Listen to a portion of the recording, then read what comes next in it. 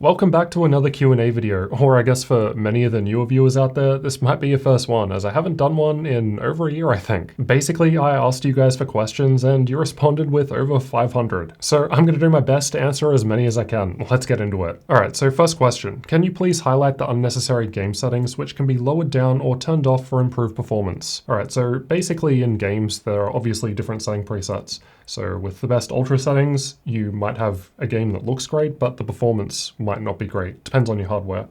Alternatively, if you run at lower settings, the performance might be great, but it might not look very good. So often you want to find a nice middle ground, a good sweet spot of both. And most games out there have all sorts of different settings which let you adjust all sorts of different things about the game and how it looks, and that also controls how it performs. Now some settings will hit the CPU harder and some will hit the GPU harder. It depends on the setting, how it's implemented, and the game. Basically there's just heaps of variables, so it's not really something that I can do. I mean, honestly, I think it's already a bit much that I do my gaming laptop benchmarks and I include all the built-in presets. I don't think anyone else really does that. I think it makes more sense to do that on laptops compared to desktops, because often with a laptop you're more constrained by the performance that you can get, which is why I like to show the different built-in presets. But yeah, for sure, you can go and optimize the settings and customize everything and get it running just how you want. So I guess for me, I don't really want to make content where I'm optimizing games and I'm saying, hey, for this new game, these are the settings that you want for best looks and best performance.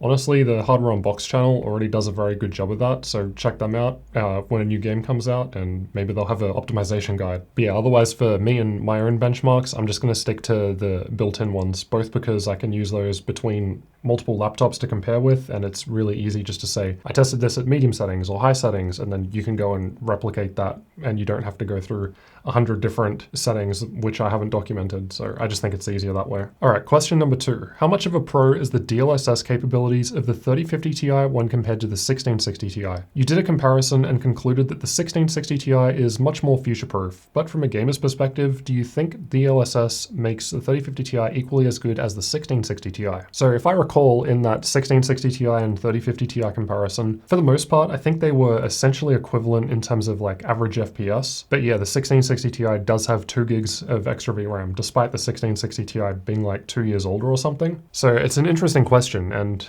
I guess it comes down to what you want and what sort of games you're going to be playing. I mean, fact is, DLSS does exist in a lot of games these days. So based on that, it might make more sense to pick the 3050 Ti. I mean, the 1660 Ti is still going to do great. So I guess my main concerns with the 3050 Ti is that it has 4 gigs of VRAM. And I did show in, I think, at least 2 of the games when I did my 3050 versus 3050 Ti comparison, that even today at high settings, that was a limitation. Now, it does of course depend on the game and settings, and to be fair, for the most part, the 3050 with 4 gigs of VRAM was perfectly fine at 1080p in most games, unless you're like maxing the settings out in the newest titles like Assassin's Creed Valhalla and I think Watch Dogs Legion. But honestly, 3050 and 3050 Ti graphics, I don't think they're really targeted for like ultra high-end gaming anyway. So it kind of makes sense to run with low to medium settings, in which case 4 gigs of VRAM is going to be just fine, and then you still get the advantage of DLSS. So I think for a lot of people, the 3050 Ti might make a lot more sense because you can turn on DLSS, and in most games that does give you a pretty big performance improvement. Even in those games like, say, Watch Dogs Legion that I just mentioned that is affected by the 4 gigs of VRAM if you're running at very high settings. Then on the other hand, in games that don't have DLSS support, the 1660 Ti might last longer because of the extra VRAM.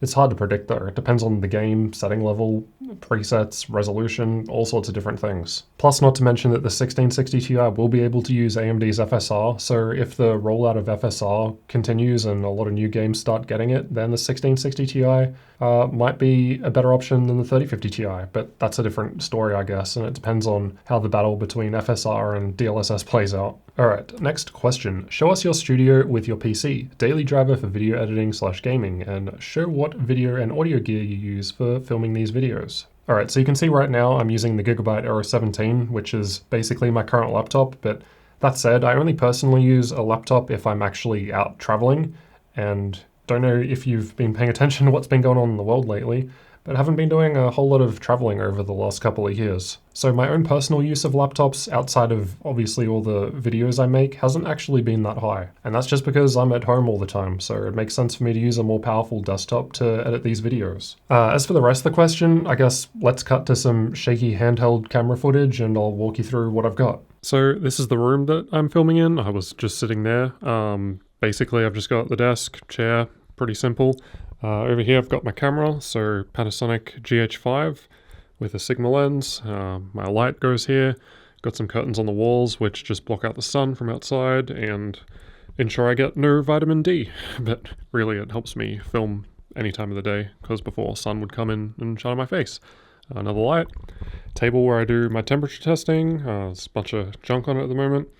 And where I charge some of the lights. So yeah, that's basically it for upstairs. So now let's go downstairs. Alright, so now this is downstairs and this is where most of the testing gets done. So this is where I sit. I've got the monitor on the left for Discord and edit all my videos in the middle one. It's my Threadripper PC, so 16 core, 1950X, currently RTX 3070 Ti, 64 gigs of RAM. That's basically the most important parts about that you need to know about. On the left I've got my test PC, so basically anytime I'm testing CPUs or GPUs, that goes on here, so I can just literally turn my head to the left and do that. I've got a spot here for laptop testing, so that's what the Ethernet is there for, so I can run a laptop there. I can also fit up to two laptops here if I need. I've got a bit of a workbench going on over here, just active projects, crap everywhere. But yeah, I can run another laptop there if need be. Otherwise, the shelves are just basically just storage for various products, mostly CPUs and GPUs, that kind of thing. And that leads us in pretty nicely to the first question that I'll cover from the Discord chat. Basically, to get access to Discord, you've just got to become either a YouTube member or a Patreon member. So for a YouTube member, you click that join button below the video, or for Patreon member, I'll leave a link in the description. Anyway, back to the question. Why are you still on Threadripper 1000 when Threadripper 3000 exists? Even the Ryzen 3950X is around. Is it cost related, or are you waiting for the rumored Threadripper 5000? So yeah, I've been using the Threadripper 1950X that I just showed from the previous question since it released in 2017, so 4 years now. I have had a few problems during that time just with like first gen Ryzen pains. So I am definitely keen to look at upgrading that, mostly down to a combination of laziness and just falling into the trap of waiting for the next big thing to come out. So when the Threadripper 3970X came out, the 32 core chip, that was really good for like 4K video editing. And I probably should have just upgraded then, but I didn't think I needed to at the time because I think back then it was only like 2 years after I spent all my money on my original Threadripper system. So I thought, oh, I'll just wait a bit more, I don't need to upgrade. And then last year, by the time I thought we'd see a Threadripper refresh, it never really happened. And this year it seems like they've skipped it again. So now I'm getting kind of desperate. So if there's no high-end desktop news at CES in January, I'm probably just going to upgrade to whatever I've got laying around at the time. So I do have a Ryzen 9 5950X and an Intel i9 12900K. So basically the best mainstream desktop from AMD and Intel. So it'll just depend on what components I can spare that I won't need around for testing. And honestly, that should be a huge improvement compared to what I've got with the Threadripper 1950X. Because even this laptop absolutely destroys that 16-core machine when it comes to video editing. And that's just for a number of silly reasons. Like I need to run my 1950X with 8 cores disabled for stability. I have to run at DDR4 2133 for stability. And recently my 10 gigabit network card actually died. So I've been using 1 gigabit speed, which sounds like first world problems, but I transfer a lot of stuff to the NAS when editing videos, and that has really slowed down my workflow. So I'm definitely keen to upgrade, but yeah, I'm just in a bit of a trap of waiting for the next best thing, and I don't really want to move my whole Windows installation and reinstall all my apps and start everything up from scratch again, unless I have to. So yeah, I'm just waiting until January at this point. And another question from Discord, will Jarrod make a room tour video? So I guess I just kind of showed you a bit of what my rooms that I test with and film with look like. But yeah, I do also often show those in behind the scenes videos, which again, available to Patreon members. But yeah, I might do a dedicated big proper video for the channel at some point. Actually, one of the oldest videos on the channel was a room tour. It hasn't really changed that much in terms of layout since then. The video is like 5 years old and it's with like my old monitors and my old PC, but like the desk and the layout is all the same. So yeah, it would just be a case of showing off the new hardware. And given my current hardware setup, as mentioned, is like 4 years old, I might as well just wait until I get the new stuff and refresh it all before doing a video like that. All right, back to some YouTube questions. Would love to see a repasting guide with thermal paste recommendation / comparison and a section about liquid metal. Not to plug Discord again, but we were actually talking about this today and how I would go about testing that. So it is something I would be interested in testing because I don't know if there's a lot of good data out there. The problem is with a number of pastes, they actually degrade over time. So if I were to do this video and I just, apply thermal paste to the laptop, run the stress tests on it for like a few hours or whatever, take the paste off, do the next one. Even if I did 10 pastes, that would take multiple days of testing, but it wouldn't account for like the paste properly setting, which I guess some pastes don't need that, but I think some might need that. And then some pastes, people say, you know, they start heating up or drying out after like a month or two. And in that case, like I can't really just have a laptop dedicated to thermal testing and cycling through low temperatures and high temperatures just constantly in order to test that. Plus that would take a long time. Like it would take like what, I'd need to leave that laptop running for like a month, get the data, change the paste, do the next paste. If I want to do 10 pastes, it's like 10 months. And I guess I could buy 10 of the same laptop and just have this room full of laptops running 24/7 and do it in a month instead. But that's a lot of money. So yeah, it's either a ton of time or a ton of money. And even with the ton of money option, it's still a fair bit of time, at least if I want to do it properly. So it is something I'm thinking about. I'm just trying to work out the best way of doing it. It might end up being the case where I just sacrifice one of my laptops that I've personally bought and I just do one paste every month and I collect the data over the course of a year or something. And then after 12 months, I come back and do some epic video comparing all the pastes. I'm not sure yet. As for the guide part of the question, I don't know if I'd be doing guides on that. I think I'll leave that to other people, but I think where I would come in would be just comparing all the different pastes and showing the temperature and performance differences that they actually make in practice. It would kind of be cool to, you know, show how to change the paste on like all the laptops I review on the channel. But the reason I don't do that is because most of the laptops I get are borrowed review units, which means I get them for like 2 to 3 weeks. And then when I'm done with them, they go on to the next reviewer. So if I change the thermal paste from stock and, you know, the next person that it goes to has no idea about that, and person after that, and after that, and after that, and so on. So then all these other reviewers are going to start reporting incorrect thermal data based on a change that I've made, and they have no idea. And that's not fair to them, and it's not fair to you, because then people watching their videos are going to see incorrect data that's just wrong. So yeah, that's the reason why I don't do a whole lot of paste changing. I see a lot of people not caring much about the timely maintenance of a laptop, like dust cleaning, thermal compound, reapplication, etc. How much of a difference does it actually make? So that's something I can't really answer, and it kind of ties into the last question. I mean, different thermal pastes and how often you should change them. Again, I would need to do all that thermal paste testing that I just talked about. But in terms of like maintenance, again, this was actually something I was talking about in Discord earlier today. I was joking about running a dust test on a laptop for like 5 years, and then every month or so I'd compare things like fan noise, temperatures, performance, that sort of thing, see how much the dust affects it over time. Obviously, I could speed that process up by running it in a dirty room. I wouldn't actually have to do 5 years, but that was just part of the joke, I guess. But yeah, as for hard numbers on like how much not cleaning your laptop affects it, I can't answer that right now, but it would be something I would like to investigate. But again, it just needs a lot of time. The way I see it is clean it when it gets dirty. Honestly, I think for most people, once a year is probably fine, but yeah, again, it depends on how dirty your environment is. Some people have pets and you might have a lot of like cat or dog hair getting sucked into the fans. So that would definitely make things worse compared to someone else that lives in a clean house with like an air purifier. There's different environments and yeah, lots of different variables will affect it. Why don't you do more collabs with Just Josh? Well, stay tuned later this month, hopefully, assuming he can get into the country. I'm buying a cheaper gaming laptop. Should I aim for better CPU or GPU? So for example, the i7-10750H, which is a 6-core processor with GTX 1650, or i5-10300H, which is a quad-core with RTX 3050. So honestly, for gaming, I think you should go the better GPU in almost all cases, because it just makes a bigger difference compared to the CPU, at least based on my own testing.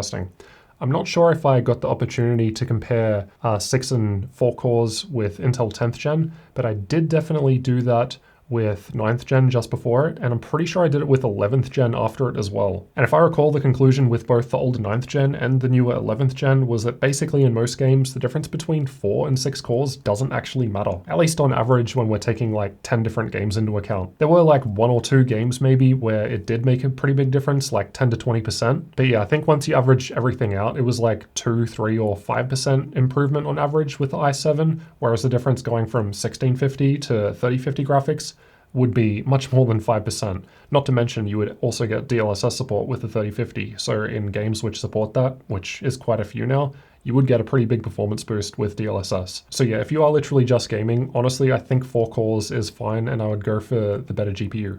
Obviously more cores is better, and if you are doing tasks like video editing or streaming, then it might be a bit different, but just purely in terms of raw gaming performance, I'd go the quad core and the 3050. Your battery life testing represent two extremes for a laptop and is strictly comparative. Heavy gaming and light YouTube playback. Obviously a laptop is typically doing many other things on battery. Do you have plans of more mixed realistic battery life testing with a web browsing script or benchmark app? Also for science, it would be nice to include typical power consumption doing various tasks like Ultrabook review and notebook checks articles. So I did actually consider doing power draw, but at the end of the day, I decided that it didn't really matter that much. I mean, at first you kind of think, yeah, you want to know how much power the laptop draws, right? Because if a laptop draws more power, then it's going to drain the battery faster. If it draws less power, it'll drain the battery not as fast. But I don't think it actually ends up working out like that, because when you measure the power draw on the laptop, you're measuring how much power is actually going through the wire. And when you unplug, most laptops change completely what they're doing. Like the performance modes change, the screen brightness change, keyboard RGB goes off, etc. There's just all sorts of different things, which I don't think makes that useful. I mean, I guess it's kind of interesting to be like, oh, this laptop uses 100 watts. Well, that's way too high for idle. This laptop uses 20 watts for idle, and this one uses 15 watts.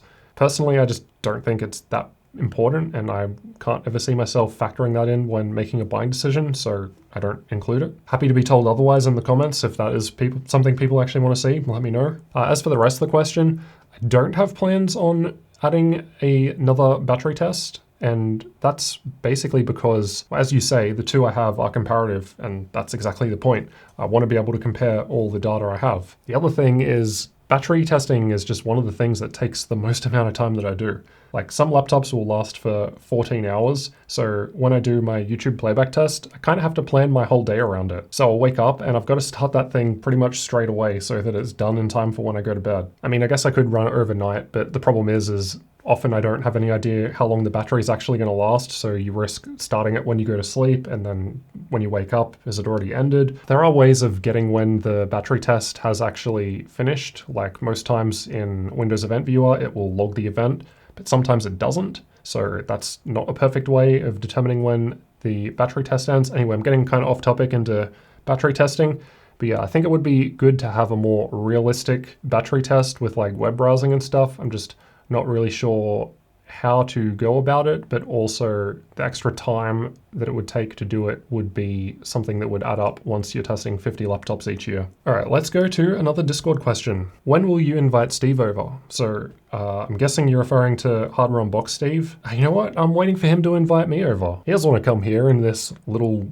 small bedroom where there's no room for anyone else except me. You saw it just before. I have to like duck around and weave through all the lights. Meanwhile, Steve has a pizza oven in a brand new studio. That sounds way better. I'll come over and check that out. What are your thoughts on the current laptop prices? Are they also inflated like the GPU prices, or have they been this way even before the shortage? Can we expect price decrease in them like the GPUs will have at some point? So the pricing isn't actually anywhere near as bad as I thought it would be, at least in the last few weeks. Based on what we saw early on in the year, honestly, I wasn't expecting there to be any Black Friday or Cyber Monday sales at all. It just didn't make sense to me that companies would actually put their laptops on sale if they've been selling them at inflated prices for the whole year. But to my surprise, there were actually some decent sales around. Now, when I say sales, probably the prices most laptops should have been for the whole year, but hey, I guess it's better than nothing. Maybe it's a sign of recovery. Maybe it's also just a case of we're getting kind of late into the current CPU and GPU cycle, so maybe production has finally ramped up, there's enough of it. Not really sure, because we're probably going to be hearing about a whole lot of new CPUs and GPUs in January, so maybe we'll go through the whole process again. I'm not sure yet. Let's go for another Discord question. How mainstream do you consider gaming laptops relative to the Ultrabooks and the basic laptops? Honestly, I think gaming laptops are still pretty niche. I mean, anytime I go out somewhere, I don't think I've ever seen anyone just casually using a gaming laptop. In almost all cases, it's always something like a MacBook, a Dell XPS, or some other kind of Acer or Asus Ultrabook style machine. And I guess that's just because in most cases, they're probably cheaper, and I guess most people probably don't need discrete graphics. I think that's what it comes down to. And most of those Ultrabooks are still going to have pretty decent screens. And most importantly, they've probably got a lot longer battery life compared to a gaming laptop. So yeah, they're probably better for most people, which is probably why they buy them. And due to that, I guess it makes sense that gaming laptops aren't really mainstream. That said, over the years that I have been running this channel, I think they are starting to get more popular. And that's probably just because the performance difference between laptop and desktop is kind of getting a bit closer together now. I mean, you still get comments on my channel of people saying, just buy a PC, don't get a laptop. Laptop can't play anything, which obviously isn't true if you've watched any of my videos at all. Anyway, I guess, yeah, the market share is probably increasing. I don't have any stats behind that, just based on what I'm seeing with my own channel. But yeah, I think Ultrabooks and basic laptops do make up the majority for a good reason. What is the average lifetime for a laptop? Any tips to make it last longer?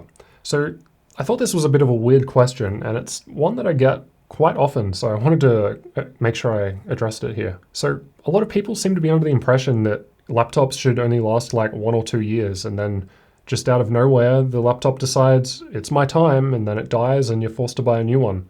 That's not actually how any of this works. So if you buy a laptop and you treat it well with respect, there's no reason it shouldn't last for 5+ years. Obviously there are outliers to that. Nothing is perfect. Every brand is going to have issues and faults, and there's a lot of components in here. It's pretty easy for something to go wrong, especially if you like spill water on the machine, or all sorts of things can go wrong. You drop it, whatever. But yeah, as long as you're taking care of it, 5+ years, no problem. Now, as for the actual performance you're going to be getting 5 years from now, that's a completely different story. And I think I've got a question in here about future-proofing a bit later, so I'll leave that discussion for then. What's the performance difference when it comes to AMD versus Intel and different RAM speeds and latency timings? I've been told latency doesn't matter too much with Intel. So I did recently do a giant 15 RAM comparison video, and while editing that, it did go through my head, hey, it would have been great if we also had an Intel laptop, because all this was done with AMD. But at the same time, that would be another 15 days worth of testing, so I didn't think it was worthwhile. In some of my laptop game benchmark videos, I have shown the difference between X8 and X16 with Intel laptops, and the difference in some games like Shadow of the Tomb Raider is pretty much the same as what I see on AMD. There's definitely a speed boost there. So it might be the case that RAM makes more of a difference on AMD compared to Intel. I can't say based on any data because I haven't tested it personally, but based on what I have tested, I can definitely say that the RAM difference still makes a difference on Intel, and it is measurable and noticeable. So I think regardless of whether or not you've got AMD or Intel, the same thing applies regardless. If you want more performance, get better RAM. Can you bring a little more focus to cheaper budget gaming laptops for videos? I think budget gaming laptops are more popular because people tend to build a PC if they have money to buy high-end ones. And high-end laptops are more well-rounded. It's cheaper ones that causes confusion and need expert opinions. Try to cover ones below $1,000. Look, I completely agree with you. And just speaking completely honestly, if I make a video on a budget-friendly gaming laptop, it's probably going to get 2, 3, 5 times more views than a more expensive one, which is obviously better for me. I get more views, I earn more money, and I get more subscribers. Win-win. So why aren't I always covering budget gaming laptops? Well, a couple of reasons. The first one is I just don't get sent any. Seriously, in all of 2021, the lowest spec laptop I got was NVIDIA RTX 3060. The only reason I got 3050 and 3050 Ti is because I explicitly requested them from XMG so that I could do some comparisons. If XMG weren't kind enough to send me those 3050 and 3050 Ti configurations, I wouldn't have tested any all year. Now, there are a few reasons for that as well.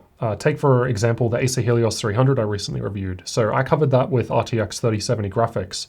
And I asked Acer like 3 times. I was like, hey, I really want the 3060 model. More people are interested in this. And I told them that over and over again, and they kept coming back with the 3060 model isn't sold in our country. Now, I'm in Australia, and about 3 to 4% of the total channel views come from Australia, so it seems kind of silly to me that they couldn't ship one from overseas or something like other companies do, but hey, whatever. Ultimately, I think it comes down to most companies just want to show off their best possible option. Because when I have like my gaming performance graphs, they'll show at the top if they've sent me their RTX 3080 model rather than a 3060 version of the same laptop, which will be more towards the middle. Now that's just my guess, and it doesn't really make that much of a difference anyway, because when I'm comparing a bunch of laptops, I'll probably only pick like 1 or 2 graphics options from each tier. And depending on the laptop we're actually reviewing in the particular video, I try to pick the same or similar GPUs to it anyway. So if that's what they're trying to do, it's a bit silly. So basically, companies just need to send lower spec models, and when I request them, it seems like they don't have them. So don't really know what's going on there. Now this year, I did buy the most laptops ever in the channel history. I think it was 4, it might have been 5 though.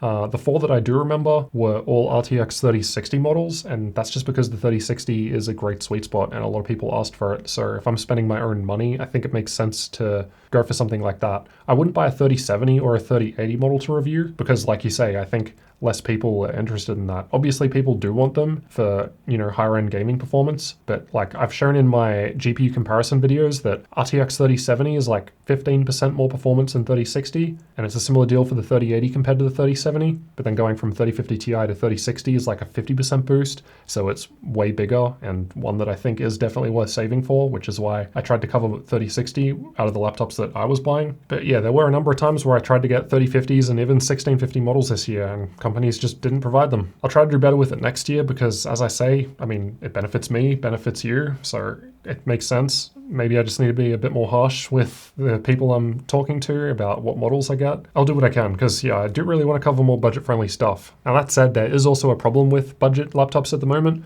So I recently did a video for Hardware Canucks, so I'm going to be in a collaboration with them shortly on their channel. And they asked me to talk about my favorite laptops in 3 different price ranges. And I actually noticed that when I was trying to pick one for the below $1,000 category, a lot of the gaming laptops that were like $600 US just last year, like the Acer Nitro 5 or Lenovo IdeaPad, they're all like $900 minimum now. So they've gone up like 50% in a year, which is kind of ridiculous. So it's possible that due to all the supply shortages and all that kind of stuff, that the below $1,000 price point is just kind of slowly melting away. Hopefully that recovers in time, but we won't know until it happens. All right, let's go for another Discord question. What gaming laptop manufacturer has the best and worst unboxing experience? So my partner actually reminded me that all the ASUS laptops, when you open the box, there's kind of a piece of cardboard under the laptop that folds up, and it kind of moves the laptop up just so you can easily grab it. And on the sides, they've got plenty of space for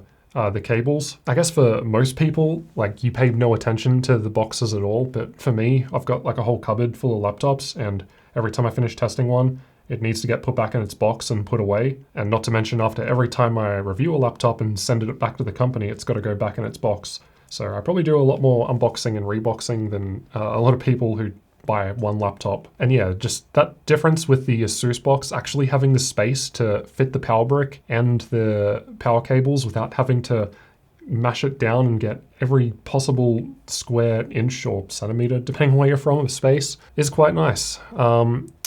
I guess other than that, Razer is pretty good in terms of like just presentation and like look and feel of the materials. Dell is pretty good considering they say something like all their packaging is mostly recyclable. Although that said, I did put my Dell G15 back in its box the other day and it took like 5 minutes. It was quite a struggle to get it in there. There's just lots of cardboard and stuff everywhere. But yeah, I can't really think of any for the worst experience. So let's just leave it at that. What's the difference between Optimus and Advanced Optimus? And do you think Advanced Optimus is worth the extra cost? So I want to investigate this a bit and find out if the performance difference between Advanced Optimus and just using a mux switch is actually different. In theory, it should be the same, but some people have said that there is a bit of a difference there and even some bugs. And honestly, that wouldn't surprise me at all because it sounds like the rollout of Advanced Optimus has been slow due to a number of bugs. And every time I ask different companies, I won't name any because I think they told me not to mention them, but basically it sounds like they kind of throw NVIDIA under the bus, so it sounds like it's an NVIDIA issue. And that's probably why we don't have Advanced Optimus in more laptops, and it might also be why it might be a bit dodgy. Again, I don't know yet because I haven't properly tested it, but this is just going off what people have told me so far. But as for the difference, in theory, the difference is just supposed to be that Advanced Optimus is automatic. So with a regular mux switch, if you enable or disable Optimus, you need to do a reboot and restart Windows, which is just a bit of a pain, to be honest. But with Advanced Optimus, it just happens on the fly. So the switch between the iGPU and DGPU is just dynamic and automatic. So if you open a game or something, that switch just happens. Now it still needs the same or at least very similar underlying hardware support. So it's probably not something that most laptops will be able to get with an update unless they've designed around Advanced Optimus, which might be possible for a number of them because, again, Advanced Optimus is something that I think I first heard about at like CES 2 years ago now that I'm thinking about it. But yeah, that's just my best guess. What would your specification be for someone who wants to do video editing, graphic rendering, and audio mixing? Is spending more money, higher spec, equal to future-proofing in these scenarios? So I think other people have said this on other videos, but there's no real such thing as future-proofing. you should just buy what you need right now today. The way I think about it is like this. Say I buy a mid-range RTX 3060 laptop and it does everything I want today for $1,200. It's probably going to perform perfectly well for 3+ years. Or I could instead buy a top-end $3,000 machine. Yeah, it'll probably definitely give me better performance, but in 3 years' time, it probably would have been better off if I spent half as much on the mid-range machine, and then in 3 years, I take the other half of the money, buy another mid-range machine. That newer modern mid-range machine is probably going to completely demolish the high-end machine from 3 years earlier. So yeah, based on that, I think it makes sense to just buy what you need for the workload when you need it. Now that said, for what you've said here, for video editing, I think a 6-core processor is enough, but if you can get an 8-core option, either the Ryzen 7 5800H or Intel i7 11800H, both are great options. Technically, Intel does a bit better, at least in terms of DaVinci Resolve and Adobe Premiere, so it will depend on the software suite you're using as well. And I think the 3060 is a great sweet spot for graphics for pretty much any workload, as I've already mentioned. I've seen/heard some other YouTubers say that future-proofing in today's generation isn't actually a thing because technology advances too fast. Gone are the days of gaming rigs lasting 5+ years and lasting 2 or 3 years now.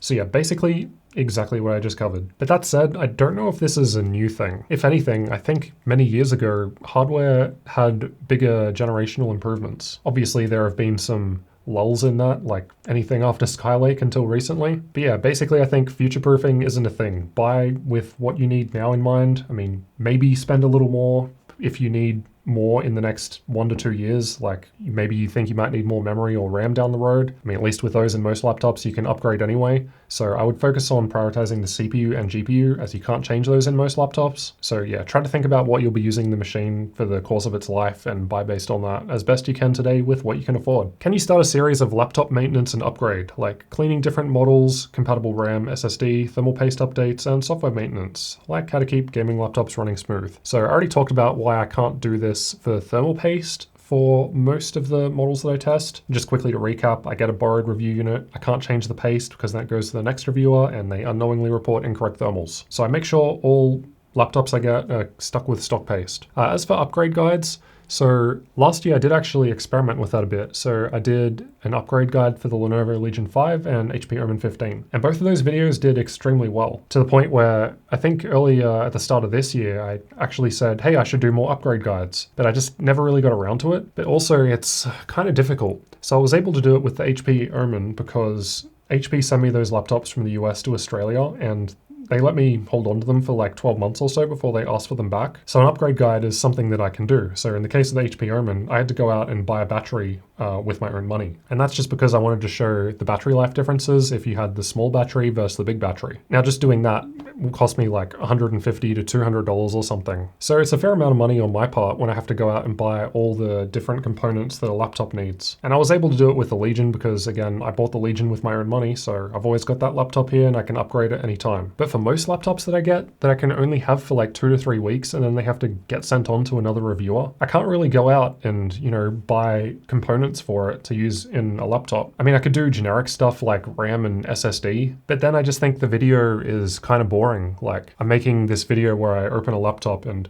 I'm putting the same RAM and the same SSD in it every single time, and it just sounds pretty boring compared to like what I did with the Legion and Omen. I tried to upgrade pretty much everything I could. So like RAM, Wi-Fi, storage, but I think the battery was the most interesting thing that a lot of people don't do. It was kind of hard to track down those batteries to do that testing. I think that's what set my upgrade guide apart from other people's because I kind of just went the extra mile with it. Some people do give me flack for not upgrading the screens in those videos. I think the screens that I had in them were already good, so I didn't bother. That could be something else, but again, if I'm getting a laptop that I only get to borrow for 2 to 3 weeks or whatever, does it really make sense for me to spend $150 on a panel that I'm going to use once off? Will the panel even arrive in time before I need to send the laptop back? So yeah, it's kind of difficult, but it is something that I do want to do more of. It's just, it depends on whether or not I have a laptop for a long enough time. Does it actually have any interesting upgrades that are worth sharing? How much money is it going to cost me? That kind of thing. Hi, thoughts on the Lenovo Legion Slim 7? In my country, Legion 5 Non-Pro has almost the same price tag as 7 Slim. So unfortunately, I just wasn't able to review the Slim 7 this year. I don't know what's going on with Lenovo. After they sent me the 5 Pro and 7, I was basically on my own.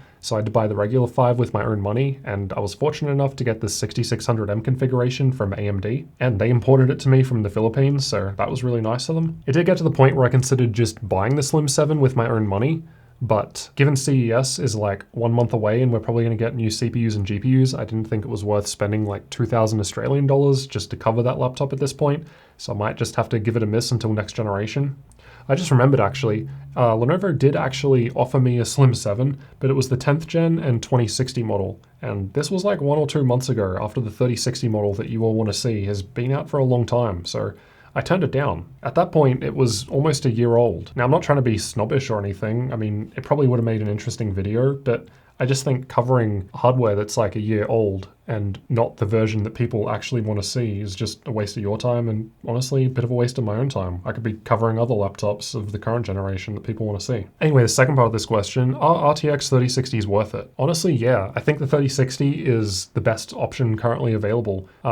If you saw my laptop awards video, I gave it the award for best laptop GPU because it's just a great mid-range option, can run any game, better ray tracing compared to AMD, and you get DLSS. Now, as I mentioned before, the difference between the 3060 and the next step up to 3070 is like 15%, so it's probably not worth spending hundreds of dollars more for most people, but the difference between a 3050 Ti and the 3060 is like 50% plus. So if you can save the extra $100, $200, $300, however much it is, honestly, I think it's worth it. Speculation as to when RTX 40 series will come. How much of an improvement will we see over 30 series laptops? Honestly, absolutely no clue at all. I don't spend time on leaks or anything because honestly, I'm just way too busy focused on testing the hardware that's available in the here and now. But that said, I have seen some leaks on Twitter and stuff, and from that, it sounds like the graphics we're going to be getting at CES at the start of the year in 2022, so next month in January, it's probably going to be 3070 Ti and 3080 Ti, which is a bit surprising in itself given last time with the 20 series we had Super instead of Ti, so maybe it'll be Super versions, but the leaks say Ti, I guess we'll see. But anyway, the point is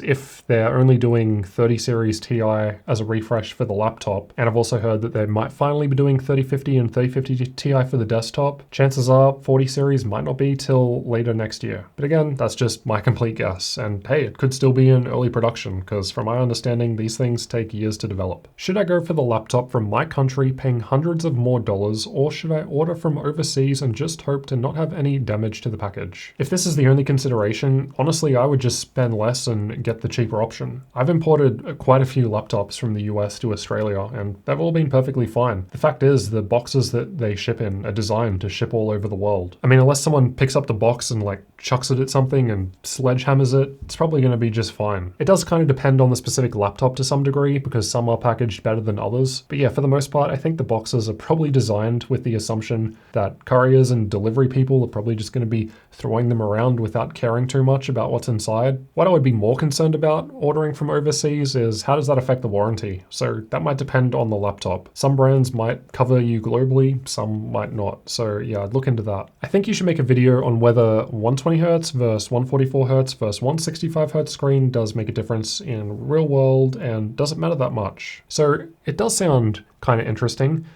But I did a video kind of like this when 165Hz laptops first came out, and no one really seemed to care. The video just didn't do that well. Now, I guess to be fair, I didn't do like 120Hz versus 144 versus 165. Maybe that would have been more appealing. Maybe I'll keep this idea in mind, but at the same time, there's more to it than just the refresh rate. So you could have a 165Hz screen that has like a 20 millisecond response time. Then you could have a 120Hz screen that has like a 5 millisecond response time. And for most people, I think the 120Hz with 5 milliseconds is probably going to look better. So yeah, refresh rate alone is kind of a little misleading because there's definitely more to it than that, like the response time. Now, generally speaking, 120Hz panels that I've tested all have pretty terrible response time. 144Hz, it can definitely vary. I've had 144Hz with like 20 milliseconds and you can notice the blurriness in games. And then I've also had 144Hz at like 5 milliseconds and it's fine. So yeah, definitely more to it than just the refresh rate. Hi Jarrod, are you going to cover the 2021 Legion 7i? If not, how do you decide which laptop version you are reviewing, Intel versus AMD? Probably won't be doing the 7i at this point. I don't think I'm getting any other new laptops for the year, both because I just haven't been offered any, but also at this point, as mentioned, CES with new hardware in January. It's probably not worth me spending like the week it would take to fully review something if it's just going to be refreshed next month. I might as well just wait until the new version. As for how do you decide which laptop, honestly, a lot of it comes down to what you guys ask in the comments. So I only bought some of the laptops that I covered on the channel, like the Victus. I bought that with my own money because a lot of people were just going crazy about the Victus in the comments. I did try to get that one from HP, but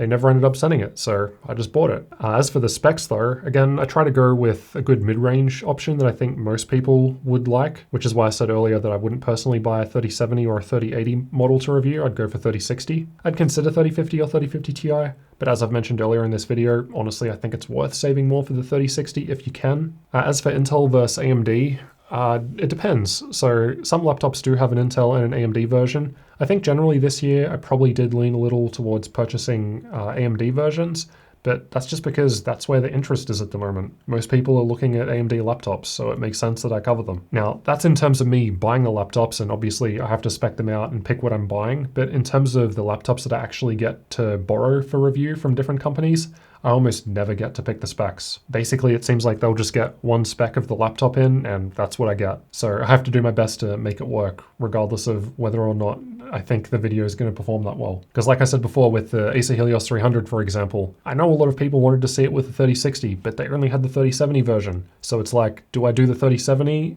and make the review, or do I not do the review at all because I couldn't get the 3060? Now, in the end, in that particular case, I think I ran a poll and everyone still wanted to see the 3070, so I went ahead with it. But yeah, that's just one example of how I don't really get a say and I'm just kind of subject to whatever's available. Should I just stick to gaming laptops, like a 130 watt 3060, if I want to continue with PC for game and work, considering buying a GPU is next to impossible? Like I said in my recent laptop versus desktop video, at the end of the day, I think it depends on how much you need and value portability. Now, in the case of an RTX 3060, if I recall, the desktop 3060 was like 8 or 9% faster, so the difference is actually quite small as far as 3060 is concerned. With 3070, it's bigger, and with 3080, the gap is even larger. But yeah, 3060, it's not that big of a difference. So if you don't mind the smaller screen of a laptop or you need portability, it's definitely a way to go if you can't buy a desktop GPU or all the components that you need to build a PC. Is it possible to start testing M1 Macs versus the Windows 10 competitors to learn more about productivity tasks performance? So Hardware Unboxed did actually send over their M1 Mac that they recently covered on the channel, so hopefully I'll get to that later this month. Now that said, if they didn't buy that with their Patreon money and let me borrow it,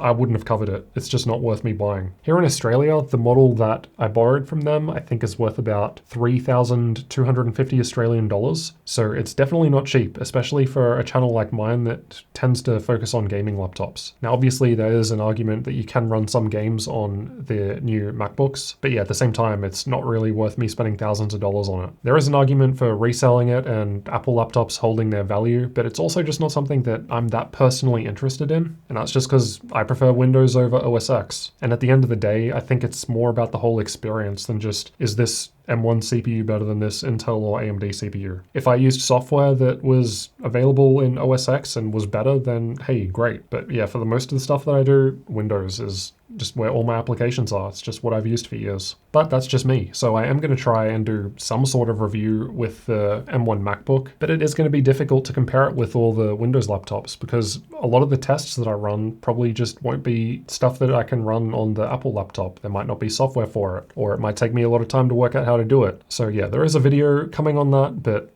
don't expect Apple stuff to be like a regular thing by any means. And I'm probably not going to cover the CPU in depth as much as Tim at Hardware Unboxed already did, because he already did an amazing job on that, and there's no point trying to compete with it, to be completely honest. How much does the ambient temperature affect the overall temperatures of the laptop? Are gaming laptops designed to cool properly without throttling in countries with high ambient of 30+ degrees Celsius? So I read this, I think it was on the Puget Systems website. A long time ago, they tested how much ambient room temperature affects the internals of the laptop. And the general rule of thumb was that for every 1 degree Celsius of increased ambient room temperature, expect the same to the internals. Now, obviously it's going to be a different story once the laptop actually starts hitting thermal throttling. So say you're in a 21 degree Celsius room and the laptop's like 2 degrees off thermal throttling. Then if you run the same laptop in a 10 degrees Celsius warmer room, it only takes 2 degrees Celsius of warmer room temperature before the laptop starts thermal throttling. So what happens to the other 8 degrees of heat? Well, the clock speeds dial back lower so that the laptop doesn't cook itself. So then the question becomes, once you are thermal throttling, how much of a performance difference in terms of clock speed are you missing out? Now, this is actually something that I did want to start testing sometime in the next few weeks. So I actually have an air conditioner in this room, which I bought just to do thermal testing. And my current plan is to do something along the lines of basically just have a laptop stress testing on CPU and GPU. Ideally, probably one that thermal throttles even in a cool temperature. And then I'll increase the temperature of the air conditioning in 1 degree increments and keep the stress test running for like an hour at a time or whatever before increasing the room temp. If I go from starting at 18 degrees in the room up to 30 degrees, which is the max that the heating supports, that's 12 degrees of variance. And yeah, I think it should give some pretty interesting results. So we should be able to see how clock speeds are affected by that. Now, obviously that's going to take me like a whole day's worth of testing, playing around with air conditioning and stuff. And that'll just be for stress tests. If I also want to do like games and game FPS, that'll be a bit hard. I don't know if it makes sense to do it at the same time, because then I'd have to pause my stress testing and I'd have to wait for full heat saturation to come back after the game. But then at the same time, if I spend a second day doing the game testing in the same 18 to 30 degrees Celsius, maybe it's a bit of a waste of time.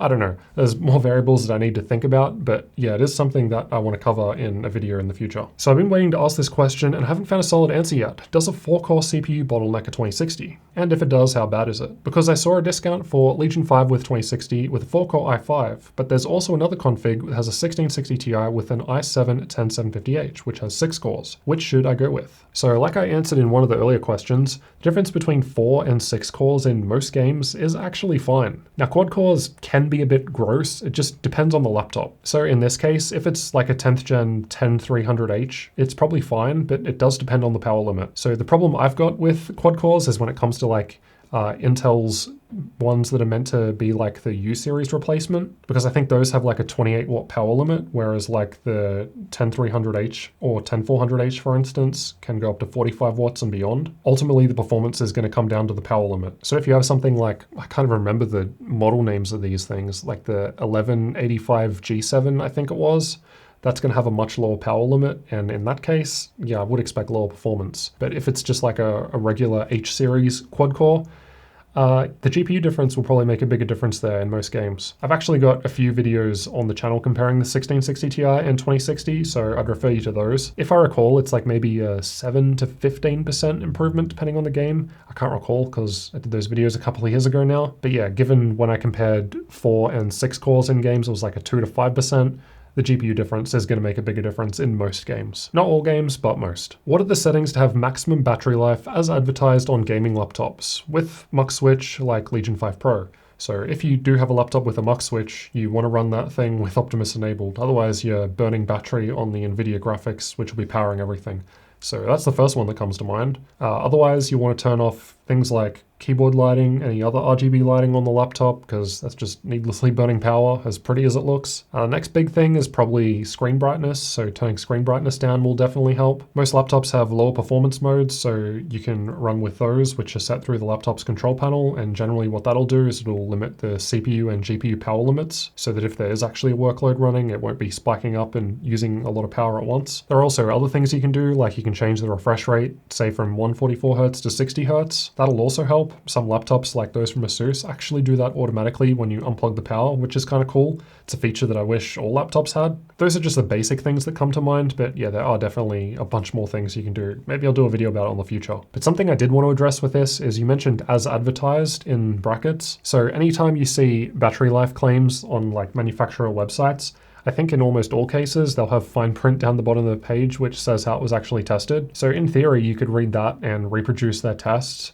But in most cases, it's usually stuff where people don't actually use that type of setting. So they'll have like brightness at 10%, and most people aren't going to use the screen at 10% because you just can't see it. So yeah, some of them are a bit dodgy, which is how I do my own battery life testing. How do you clean your laptop, hardware and software?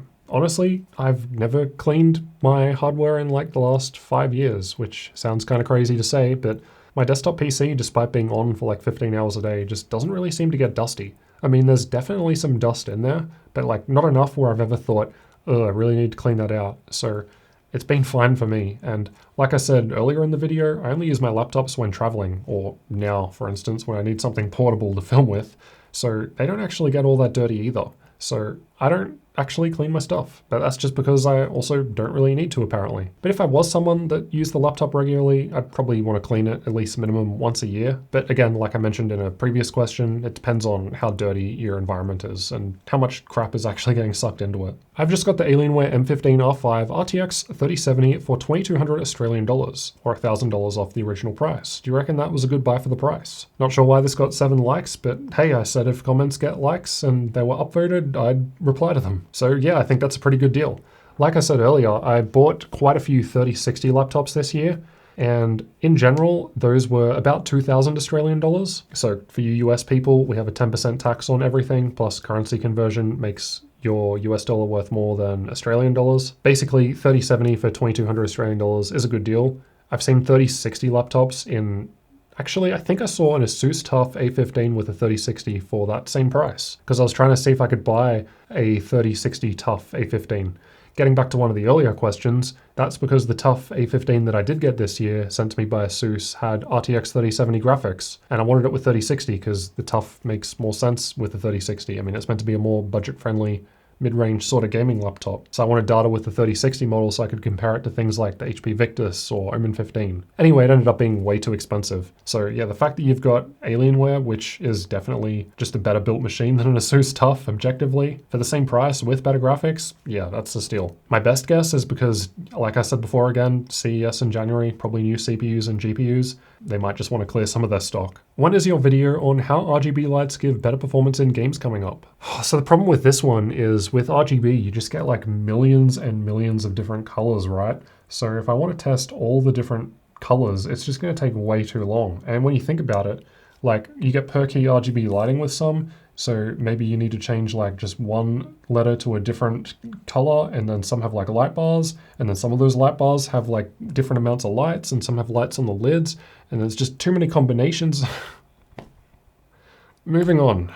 Your opinion about AMD Ryzen 6000 Mobile, Intel 12th Gen Mobile, Intel Arc Mobile DGPU, and 2022 NVIDIA DeForce DGPU laptops. Basically, like I said earlier, I don't really pay attention to future stuff because I'm just too busy testing stuff available in the here and now. Once it's available, I'll test it and let you know how it compares. But other than that, I really don't know a whole lot about any of this upcoming stuff. I mean, I did do a video about Intel 12th Gen laptops, but that was just speculation on my part based on what I saw with the desktop hardware. More of an informed opinion based on stuff that I've already seen. But as for the other things, yeah, I've got no idea about them. How can you find out the difference between X8 and X16 RAM? Most sellers don't mention that on Amazon. Is there a way to tell the difference between them just by looking at them, even if manufacturers did not mention it in the package? So that's one of the problems that I have with the whole X8 versus X16 RAM thing. Not only is it almost never specified when you actually buy the laptop, but even when you're buying RAM, it's often not even listed. I mean, even many laptop manufacturers don't list this on the spec sheet, and they're the ones making the sticks. Sometimes you can find like detailed data sheets and random PDFs on the internet that will have the information, but sometimes even that's not there. It sounds kind of stupid, but the best way I've found to determine the difference is just to read the sticker on the stick. Now, that's not a foolproof thing because sometimes it doesn't say, but more often than not, I have found that it will say if it's X8 or X16. Otherwise, I really haven't found a way that's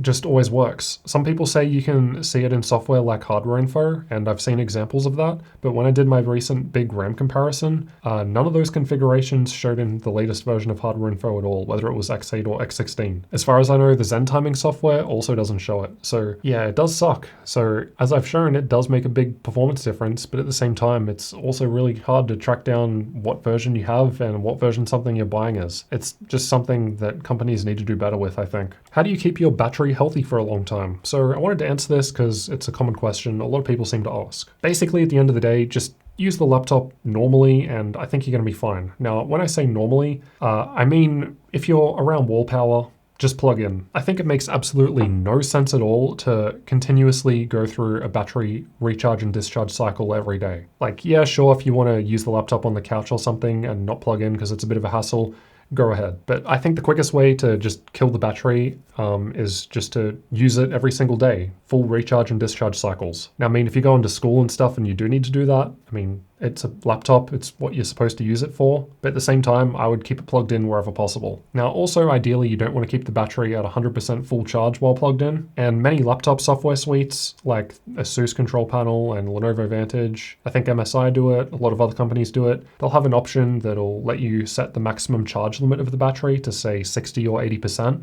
So that'll be better for longevity of the battery, but obviously if you do unplug frequently, then you'll have less battery. So if you are someone that unplugs frequently, you'll probably just want to leave it set to 100% if you are actually depending on the battery runtime. But yeah, for most people, I think you're going to get best performance just being plugged in, and you're not going to go through needless recharge and discharge cycles. I ran a laptop at my last job and I literally left that thing on 24/7, even over the weekend when I wasn't at work, and I left it plugged in the whole time, and I would still take it out to jobs and the battery was perfectly fine. Now, obviously that's just one data point, but yeah, I don't think it's as big of a deal as people make it out to be. And I think a lot of people are just needlessly worried about the battery. If you just follow those basic tips that I outlined, then yeah, you're gonna be fine. At what temperatures should we worry about the laptop?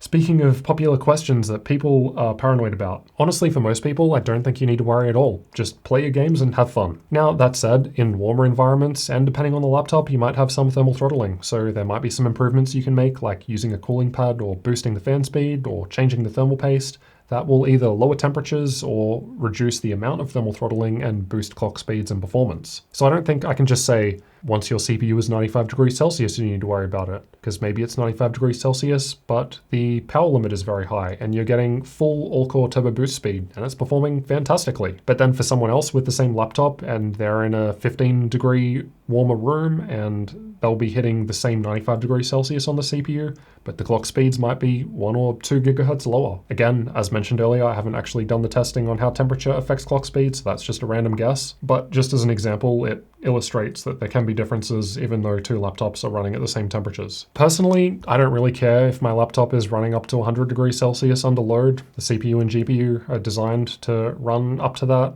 Absolute worst case, if it is getting way too hot, it's going to turn itself off. But in the 200 plus laptops I've reviewed on the channel, in intense CPU plus GPU stress tests that I run for many hours, I've never had that happen. So yeah, I think most people worry about it too much. And I think a lot of that comes from the desktop side, because obviously with desktop hardware, it's much easier to cool. People get paranoid there when they start seeing like 60 or 70 degrees Celsius. It's kind of funny, but I think that translates over to expectations when it comes to laptops. Obviously, these things are much smaller. There's less room for cooling. But yeah, people see 80 degrees even and think that that's hot, which I just kind of laugh at, because when I see 80 degrees Celsius, I think, oh man, that's ice cold. Like seriously, the most impressive gaming laptops I tested all year, I think something like the ASUS Zephyrus S17. It was like low 80 degrees Celsius on the CPU while performing good. And I was just saying like, wow, this thing's crazy. And other people are like, 80 degrees, this is unacceptable. Long story short, people are paranoid about it. They don't need to be. Just play your games and have fun. Looking to cop a gaming laptop that isn't too expensive, but at the same time will handle games well for another half decade. I'm not sure whether getting a 1660 Ti will be okay or a 3060. All right, definitely get the 3060 if you want to stand a chance at playing games 5 years from now. 1660 Ti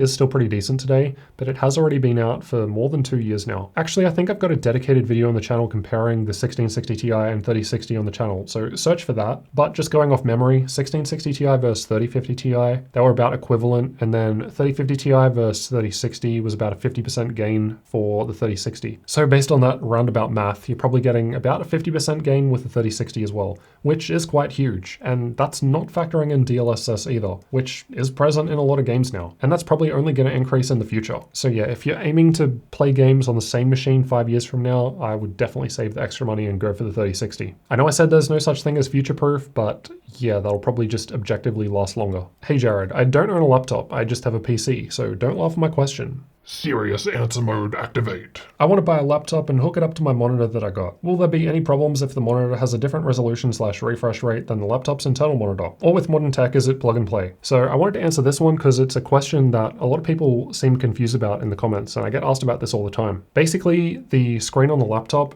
doesn't matter at all what that is. It depends entirely on the specs of the monitor that you're plugging in. So if I have a 60 Hz 720p screen here and I connect a 240 Hz 1440p monitor, the 1440p monitor is going to be just fine. The only thing you need to be concerned about is the display outputs on the laptop. So you might have HDMI or DisplayPort, but different versions of HDMI and DisplayPort will support different resolutions at different refresh rates. So most modern gaming laptops will have a version of HDMI or DisplayPort that supports, high refresh 1440p, no problem, easily high refresh 1080p. If you're in doubt, you can check the Wikipedia pages for HDMI and DisplayPort, because they actually have a nice table which goes through all the different versions and which resolutions and refresh rates are supported. That's what I often reference.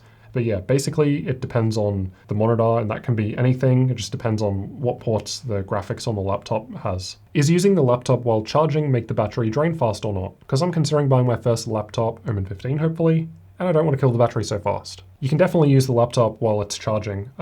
Most gaming laptops don't actually need to draw power from the battery when under heavy load, assuming the power brick is enough. Now there are some laptops, and I think the Omen 15 is one of them, that if it is under heavy load, it might take power from the battery and drain it over time. So I suppose in that case, it could be possible that if you are running heavy workloads like gaming while charging, you might still go down in battery rather than charging. And it's not ideal because I guess, as mentioned, that is discharging and recharging the battery constantly. So yeah, it's hard to say. That's probably not an ideal situation, at least for the Omen. But in the case of most laptops, the power brick should be providing more power than is needed to run the CPU and GPU flat out, no problem. Which would mean any extra power just gets used to charge the battery in the background. Alright, so I think we got to about 10% of the questions. As I mentioned, there were like 500 comments, and this video I haven't edited yet, but I mean, I've been filming for about an hour and a half now, so it's probably going to be more than an hour easily. So there's definitely no chance that I can get to all the comments, unfortunately. Most people won't even make it to the end of this video. It'll probably be like 5 or 10%. If you did, let me know in the comments. And if you do have more questions, then feel free to ask me in the community in Discord. Again, if you want to join, you can join with Patreon with the link in the description, or click that join button down there to become a YouTube member. So maybe I'll see you over in Discord. If not, perfectly fine. Again, thanks for watching. I'll see you in the next video.